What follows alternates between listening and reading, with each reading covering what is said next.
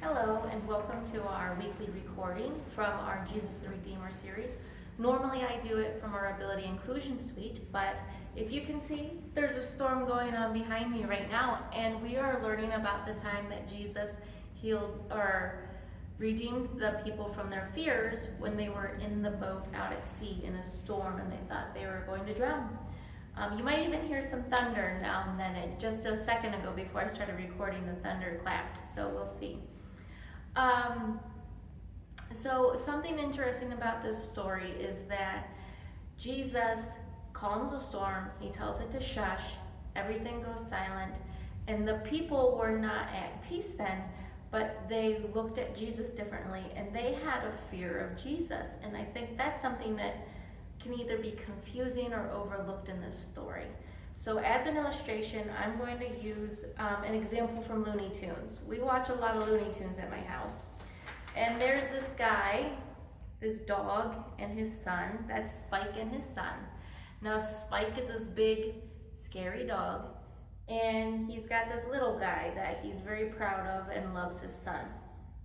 And then in the show, what happens is Sylvester, this sneaky cat, comes along, and he doesn't like the little dog, and he's always trying to be mean to the little dog. But the little dog's not scared of Sylvester because his dad, the big dog, is always defending him and protecting him from Sylvester the cat. You can see in the picture, the little dog is biting the cat's tail, and the cat is frustrated, but he won't do anything to hurt the little dog because the big dog's looking after him. Now, how this applies is that we're like the little dog in life.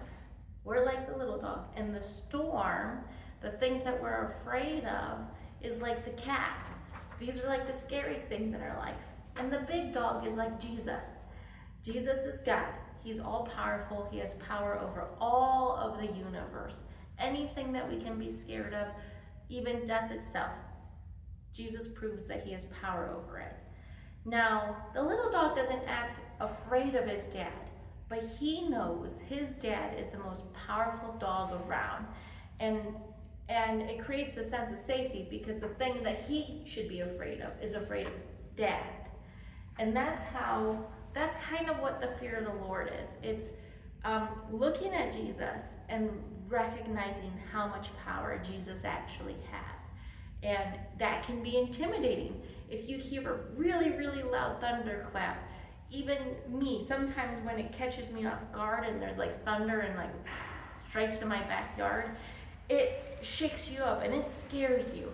But to know that Jesus is even more powerful than that, you can feel that power, and that can be an intimidating thing. The thing that makes it not real scary though is because you trust Jesus also. My kids look at my husband, Justin, differently than other people do. Justin is a big scary guy, and a lot of people can be afraid of him. But they know that their dad loves him and that their dad would never do anything to hurt them. And the same is for this case with the dogs and the cat. But the same thing is for us and Jesus too, where the enemies of God, evil spirits, people doing wrong, they should be a little bit afraid of what Jesus could do if they don't follow him. But because we are followers of Jesus and God is our Father, we should feel safe and secure knowing that his power is for us and we can trust him. All right, we will see you on Sunday. We're going to be talking about Jesus, our Redeemer, for the 8th week. We're getting close to the end. In a couple more weeks will be Easter, and we'll be wrapping up then. Okay, I'll see you soon. Bye-bye.